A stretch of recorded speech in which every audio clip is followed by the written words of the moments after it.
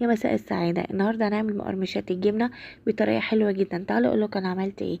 انا جبت جبنة، دي جبنة اسطنبولي، نزلت عليها بربع كوباية من الزيت ومعلقة سمنة او معلقة زبدة. هقلب المكونات دي مع بعضها، وبعدين هنزل بنص معلقة من البابريكا ومعلقة سكر.